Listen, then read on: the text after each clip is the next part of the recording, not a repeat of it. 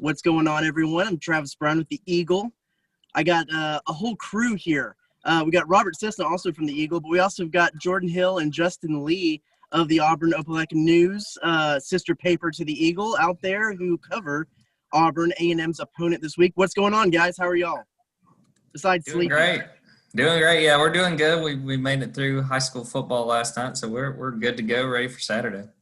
Yeah, I don't know if you guys watched the lead of Sports Center, but yeah, it's been we had a crazy game, and it's been that's what everywhere. I hear. What was it, 9 points in 30 seconds or something like that?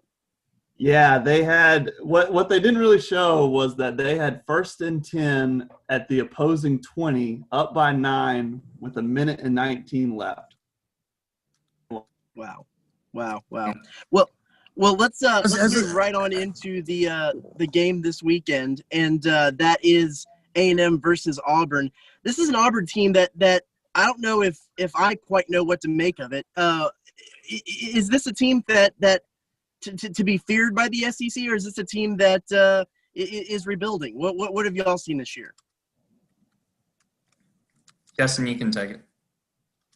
I don't know. I think they're a tier below Georgia and Alabama and the like, significantly a tier below, but I still think they're firmly in that second tier, which is weird. And I don't know, maybe that's just the way this year is shaken down. Like, I'll go ahead and tell y'all, I'm picking Auburn to beat Texas A&M, which is the weirdest casual top 5 upset I've ever seen. But I would, that's just to say that I would be really impressed by Texas A&M to come in here on the road and to win.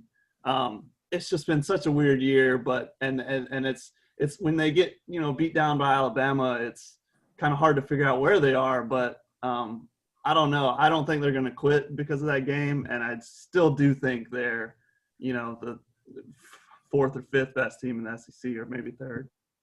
And I would jump off of what Justin said. I mean, I agree for the most part. With that assessment, I mean, you've seen with some of the better teams that Auburn has played this year, notably Georgia early in the season, where they really had things clicking with Stetson Bennett in the offense, and then obviously the Alabama game last week. I think it's fair to say Auburn's not to that caliber of those teams. But they've looked good in most of those other games. The only other loss, that South Carolina game, it boiled down to 3 turnovers that flipped the field for South Carolina, and South Carolina took advantage of it. So yeah, I think this will be, as strange as it sounds to be 2 weeks away from the end of the regular season. It's kind of, the A&M game to me is a pretty good litmus test of how good this Auburn team really is. Sorry, guys, when you were doing your intros about high school football, I was going to say, hasn't some Auburn fans says that describes Auburn's offense this year? They like to describe Gus that way, and he's a high school coach. But I say you take the good with the bad, because a lot of the players love him for being a high school coach. So there you go. Yeah, I was referring to Morris coming in and looking at these numbers. Actually crunched some numbers last night. They're like 65, 66 in most offensive categories. And I just don't expect that from a Gus Malzahn offense. He's so innovative. In times I've seen him in adding Chad Morris, and I know he's had a history with the coordinators, but I actually, with those receivers and Knicks, kind of expect better numbers this year. What was weird? Until the Alabama game, which was an inexcusable beatdown, before that, and I didn't expect them to be able to compete going in just because of how good Alabama is. But before that, when I looked at the Georgia loss and the South Carolina loss, I really thought about, maybe this is a brand new offensive coordinator who didn't have a spring, and and you hear all the excuses, but I think there's some legitimacy to that, especially early in the season. Like they went to South Carolina convinced that they were going to win on Bo's arm, and it ended up being the wrong game plan. And they were aggressive early, throwing early, and he ended up throwing 3 interceptions. And since then, it seemed like they figured it back out. And it seems like, because Chad's more of a throw guy, Gus is more of a run guy, I think Chad has taken on more running lately, and that led to their success up until the Alabama game. So I don't know. I think I honestly do, it sounds like an excuse, but I do attribute, especially some of that early stuff, to them just having a new coach in a new place. And I think, too, the funny thing looking back on that South Carolina game, because, again, those turnovers were ultimately the deciding factor. But I remember early in that first quarter, probably into the second quarter, Bo had gotten off to a great start. And it kind of looked like, okay, things are clicking and this is going to work, using that tactic of really relying on his arm. And then he just made some throws that really cost them. But I think Justin hit the nail on the head. I think they've kind of figured out that the personnel that Chad's working with. And that's something that, Gus has talked about through the early part of the season. And you could say on one side, well, Chad Morris is getting paid X amount of money. He should be able to figure this thing out. But, I mean, it's just not that simple, especially without having a spring and the way fall kind of was getting everything together. I think it's been, a learning process for Chad. And I think that, putting the Alabama game aside, because, again, I don't think we expected them maybe to compete more than they did in that game because Alabama just kind of ran away with it. But the last few weeks, offense seems to have been clicking really well, and they've seemed to have really utilized their personnel, which I know is something that the coaching staff, when they've talked to us, have really, really been stressing. Yeah, you kind of addressed what I was going to ask next a little bit, but talking about Bo Nix, he was kind of the rave of college football last season. His performance this season, do you see steps of improvement and growth? Do you see a little bit of regression, or is a lot of the up and down performances have to do with adjusting to a new offensive coordinator? If he was the rave of college football last season, that was news around here because, I mean, he gets heavily criticized by his own fan base, I think more than even outside.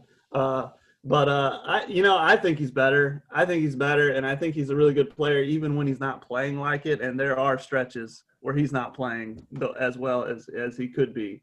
And I don't know, like I said, I do think there's some change. But, when they beat down LSU, I mean, he can play picture perfect. And I think one of the big differences is when he's on the road and he's at home. I mean, I can't remember his touchdown to interception ratio. Maybe Jordan can remember it. On the home and road, the split is crazy. And, even this past home game was his first ever interception thrown at home. So I think, the unfortunate thing with Texas A&M is they're going to be playing home Bo Nix, who's a lot better than on the road. I think that's the biggest thing. I mean, I think when you look at his freshman year, I think the proper way I would describe it is flashes. You saw flashes of, like, this guy has the ability to develop into, a really, really good quarterback. And this year, the issue, and I think it's been one that's even gone back to last year, is just consistency, kind of like what Justin was just hitting on. His road and home splits are significantly different. In that LSU game, it kind of looked like, okay, this is what they wanted to see, and what if he could keep playing like that would be huge for Auburn going down the stretch. And I think it's fair to say, he hasn't continued that, mainly with that Iron Bowl performance in mind. But I think that Bo has shown a lot of improvement. I think the biggest thing is, I mean, you can tell, his running ability is such a key part of the way they use him in this offense. And I think it's fair to say he certainly looks faster. I don't know, if they've measured it or anything like that, but he seems like he's faster. And, I think that it'll be interesting to see the next two games, and if they wind up having a bowl game, if we see, him getting even more comfortable in Chad's offense and getting ready for 2021. You're looking at home, you're looking at 15 touchdowns and 1 interception in his career, and on the road, 11 touchdowns and 12 interceptions. Wow. So who do you see as the key on offense this game for Auburn? Because I've listened to the teleconference when Gus says they have to run the ball. A&M's number 2 in the conference against the run. They do everything to take everybody away. So who is it? The line? Is it Bo? Is it those great wide receivers? Who do you think is the key to that offense having success against A&M? I'll start off, and for me, I think it's going to be whoever's going to be the lead running back, and that's the biggest question going into this game. We don't know. Tank Bigsby's been banged up since the Tennessee game. He tried to give it a go against Alabama and just wasn't the same guy. And Gus even said as much after the game. So we still don't know if he's going to be playing. DJ Williams, who's been another guy that's shown flashes, he got hurt, and he's been hurt for most of the fall. He got hurt against Alabama. So, we could see both those guys play. We could see them play but be limited. We could see Sean Shivers step up and Sean started the year, he's not a big guy, but he was expected to be the lead running back in sort of a running back by committee situation. We could see him step up. We could see Mark Anthony Richards. He's a guy that got hurt last year, was a really, I think he's like a 4-star running back when Auburn signed him. People were really excited about him, and he hurt his knee last fall and had been limited getting back this season, has started playing the last few weeks, and then wound up being Auburn's lead running back in that Iron Bowl loss. Obviously, they didn't run the ball like they needed to, and it's sort of like a consolation prize that he wind up being the lead running back, but they may need him to step up and take some, much more valuable carries this week than compared to last week when it was essentially mop-up duty. So that's something we're certainly watching as far as the offense goes, who steps up, who's even available at running back. And because I think if they get in a situation where for the second straight week they cannot establish the run, it's going to be some real issues. Defensively, I know the defensive front for Auburn is something that's been a talking point the last couple of seasons and a talking point amongst some of the guys on A&M's team. What with what LSU was able to do and be one of the few teams that actually got pressure in on Kellen Mond, how much of that has been a strong suit or something of the team this year, and how much do you think getting pressure on Kellen Mond is going to be a part of that game plan as well?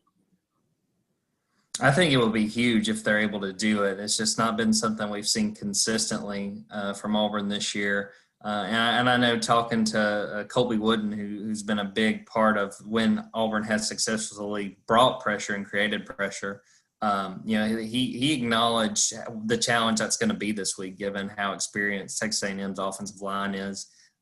So it's been – they knew going into this year it was going to be a big factor in replacing the production of a Derek Brown and a Marlon Davidson. I mean, those guys were otherworldly as far as getting pressure and making quarterbacks uncomfortable. And you've seen flashes from guys like Colby, who's just a redshirt freshman. Derek Hall's had a few good games. He played really, really well against LSU in that win back on Halloween. But it's not been something we've seen consistently, and I think that if they want to throw Kellen Mond off, that's what they've got to do is be able to get after him and really make him uncomfortable, especially early on. I think it's not something we've seen week to week. You've seen flashes, and I think that's going to be a big key for the defense. They managed it against LSU, and that was a really important part of that game. LSU came in with a true freshman quarterback. That was the entire game plan was to get to him and rattle him, and it worked. So, they'll probably be trying to do the same thing. But like you said, they're replacing this year a first-round draft pick and a second-round draft pick. So, they're just living with what they got right now. What about, you guys touched on it, what they're going to play for, but, on the outside looking in, I'm thinking like, I've seen A&M have beat downs to Alabama, and then sometimes, it's tough to come back. And then when I look, what is Auburn playing for? And I know you could say for Gus's job and all that, but I don't know if players, this kind of deal is, it's a COVID year. We're seeing guys give up other teams right now and just not even the guy at LSU, Arkansas. So I guess what are the players playing for? I thought it was pretty interesting, ask us on Tuesday the fact that Auburn hasn't had any opt-outs to this point, because you could argue, you could say, well, what's left to play for? And he talked about how close the team is and how they wanted to finish this thing out right. But I think they truly see an opportunity. I think they truly see that – the way they played against Alabama, it does not represent how good this team could be. And I think they see this Texas A&M game as a chance to prove themselves, that it's a chance. As Colby Wooden told us on Tuesday that, that Alabama game wasn't us. We can hang with the big dogs. We can hang with the big dogs outside of just the SEC. I think they see this game as a real proving ground, especially with it being at home. As weird as this season has been for Auburn, if they win on Saturday, they're going to go undefeated at home. And that's the first time in 3 years that they've won every home game. They've been outstanding at home. I think that that's the biggest thing. Aside from any of the rumors about the coaching stuff, or aside from, knowing that at this point, all you're really playing for is to figure out, where you might go to a bowl if we even have a bowl season. But I think it's the fact that they know that they've got, quality guys on both sides of the ball. but they want to prove it. They want to prove it against a team that's knocking on the door of the playoff, and to have it at home, to have it on senior day for some of these guys. They see it as a real opportunity from what I've heard and heard, from Malzahn and some of the players, and they want to go prove themselves. I'll say it's going to be weird for them. First of all, ain't nobody going to opt out here. That's just how it is. You can call it a cult or whatever, but they're not going to opt out. They're all bought in and they're going to stay. But one of the weird things is even just for us being around the program, just even writing, which is, nobody over here, it's weird that we're still working after the Iron Bowl. It's weird. And for them, it has to be crazy. It has to be, I don't know how, you empty the tank in that game. So maybe that will be a factor this week coming into this one that, maybe they're just feeling spent and they're turning their attention to 2021. That could be a thing. I don't think it would be because anybody quit on the coaches or quit on each other, because that's not what they're going to do. But it's just weird to play after the Iron Bowl, and that might be a factor. I don't know. And I think just to that point real quick, I mean, the offense specifically, because we talked about the running backs, and then you got two offensive tackles. The left tackle is out, and they're going to have the backup playing, and then the right tackle is questionable. So maybe that's what we see on Saturday if they have trouble going, that they are physically spent from what's been a pretty trying season. Jordan, you touched on it. You said that Auburn's gone for an unbeaten season at home. A&M's the same shape. They're unbeaten at home with one more game to go. So Jimbo also talked about he loved the atmosphere at Auburn. Of course, he was assistant there. But now with the COVID, what kind of atmosphere can we expect there Saturday? Particularly for 11 o'clock game, too. Yeah, I'm interested to see as far as the turnout. But, I mean, I feel like given, we all know it's not going to be the same because it can't be the same just for volume and capacity compared to most years. But I've heard it get pretty loud considering, the fact that there's not as many fans this year. So I think all things considered that, when the fans have had a chance to get excited and make noise, that you've seen it. But, it's not quite what they're used to. I'm sure the players are used to as well. And we may see, 11 a.m. game after the Iron Bowl loss and the way Auburn, looked in that game, that might not wind up being a factor. I'm sure Auburn wants it to be. So we'll see. As I say, the circumstances don't set up well for it to be a factor. But we'll see if the fans show up and say, hey, we've got only, this last home game of the year, we might as well go out and go loud.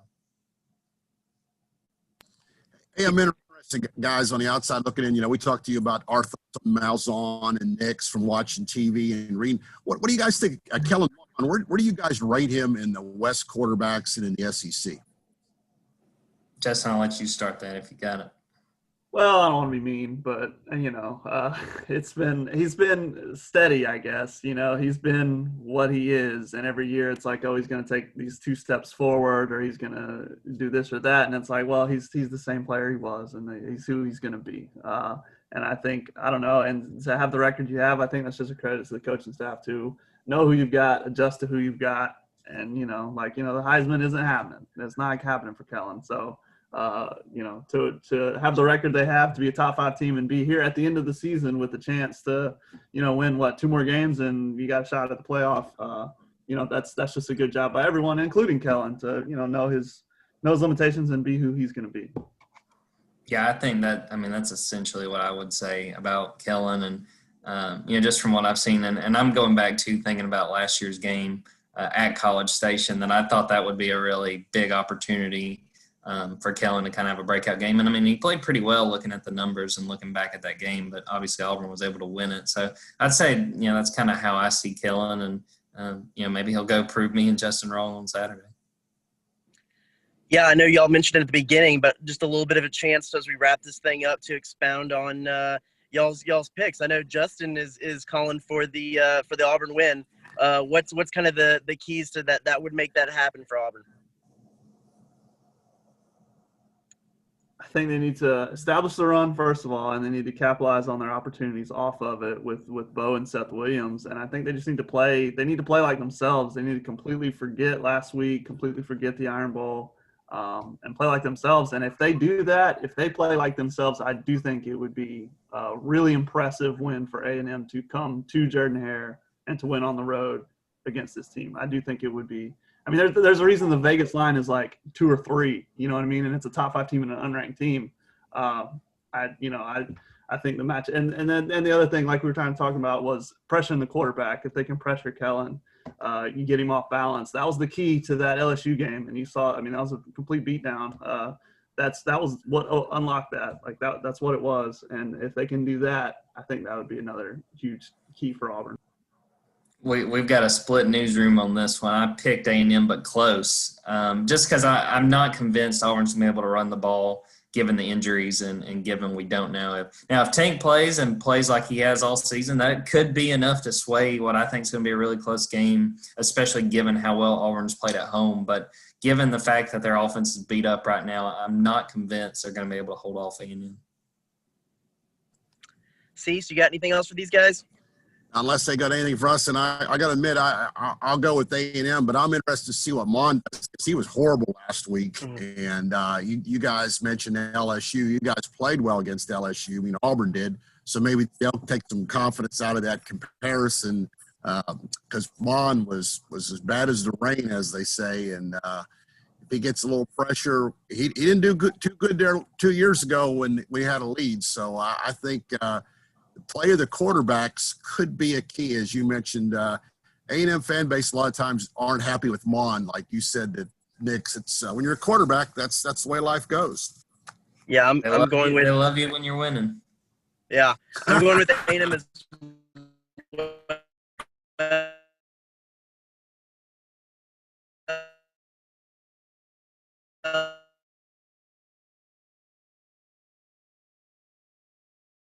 for their success this year. So if the offensive line can step back up and do what they did early in the season, I think they'll win. Cease, or guys, y'all got anything? I think it'll be a fun game to watch. I'm excited for it. For sure. They need some sleep first. I know. Those guys. Yeah. I think we all do. They got up. Thanks so much. They got up early for us. Oh man. Yeah. What's the best way that people can find y'all's stuff and interact with y'all on Twitter or whatnot? So my Twitter is by Justin Lee. Our big one is AU Blog, at AU Blog. That's where you can find all our Auburn University coverage. And then at OA Now is our website, Opelika-Auburn News, OA Now. Yeah, at Jordan Davis Hill, and then like Justin said, that's the rest of our stuff. And ready to turn out the content, ready to go watch this game. There it is. Well, thank you guys for joining us, and be sure also to check theeagle.com as we get set up for this game from the A&M perspective, and we'll be out there in Auburn this weekend to cover Texas A&M and Auburn. Thanks, everybody. Cool. Hey, thanks.